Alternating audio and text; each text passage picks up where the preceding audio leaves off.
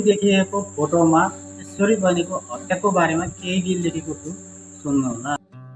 देशको सेवा सकिन कि साथी मैले गर्नु, देशको सेवा सकिन कि साथी मैले गर्नु, ड्युटी सकि आउने बेला भयो काटी मर्नु, तस्बिरै रुवायो राइफल समाको, देश रुवायो अपराधीले जिउ खायो आमाको, नभुल्नु है साथी मलाई खेलेको पल्टनमा, मेरो बारे गीत लेखेर गाइदिनु धड्कनमा, तस्बिरै रुवायो राइफल समाको, देश रुवायो अपराधीले जिउ खायो आमाको।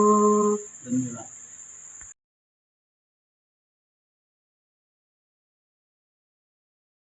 धन्यवाद।